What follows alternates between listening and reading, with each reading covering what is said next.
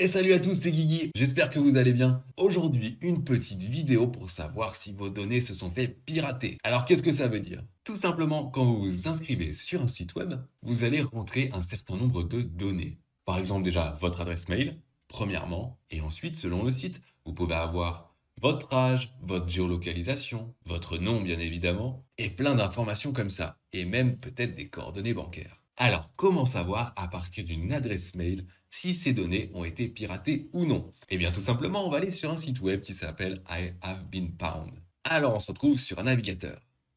Nous voici, nous voilà.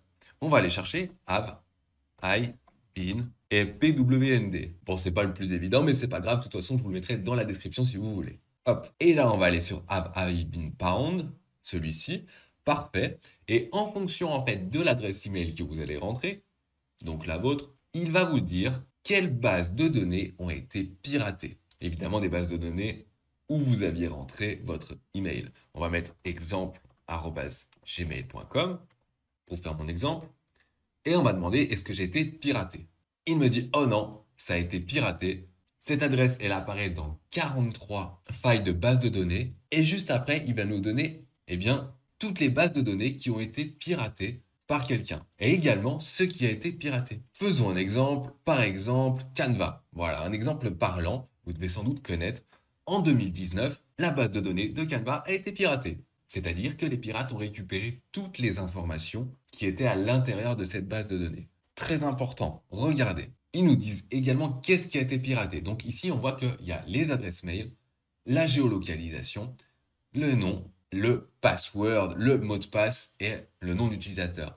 Et pourquoi c'est super important? Puisque là, ils vont avoir une adresse mail et un mot de passe associé. Et que 95% des gens utilisent tout le temps les mêmes mots de passe. Donc s'ils ont le mot de passe de votre adresse mail et également le mot de passe que vous avez rentré dans Canva, il y a de fortes chances qu'ils puissent pirater votre adresse mail. Ou alors essayer sur d'autres sites de se connecter avec ces informations.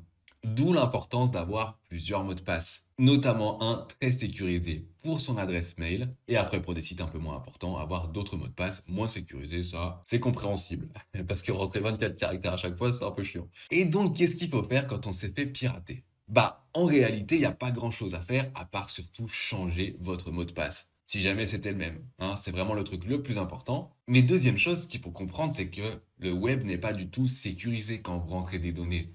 Même sur un site sécurisé, il y a de fortes chances qu'il se fasse pirater par la suite. On peut aller regarder juste la liste ici, alors que j'ai juste marqué exemple.com de quelqu'un, à mon avis, qui n'existe pas.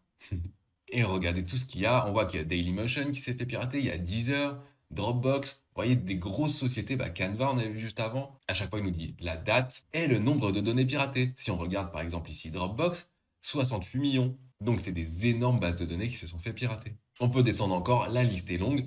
Voilà, Gravatar, il y a eu avec 114 millions, MySpace. Enfin, vous voyez, il y en a énormément. Donc, moi, ce que je vais vous inviter à faire, ça va être d'aller chercher sur ce site si votre adresse mail s'est déjà retrouvée dans une base de données piratée. Et à moins qu'elle soit très récente, c'est quasiment sûr que ce soit le cas. Donc après cette vidéo, allez changer tous vos mots de passe, ça vaudra mieux pour vous. En tout cas, ceux qui ne sont pas sécurisés. C'en est fini pour cette petite vidéo sur comment savoir si nos données ont été piratées. C'était un petit tuto express. Et si ce genre de vidéo t'intéresse, n'hésite pas à aller parcourir mes playlists, j'en ai plusieurs qui peuvent t'intéresser. Notamment si tu veux progresser en informatique en général, j'ai des playlists pour monter en compétences sur Pix, sur Excel, sur Word, sur PowerPoint, sur Packet Tracer, enfin sur plein de choses. Donc voilà, n'hésite pas à aller parcourir ma chaîne et même à aller t'abonner si t'en as envie. Et dans tous les cas, moi je te dis à très vite pour une prochaine vidéo.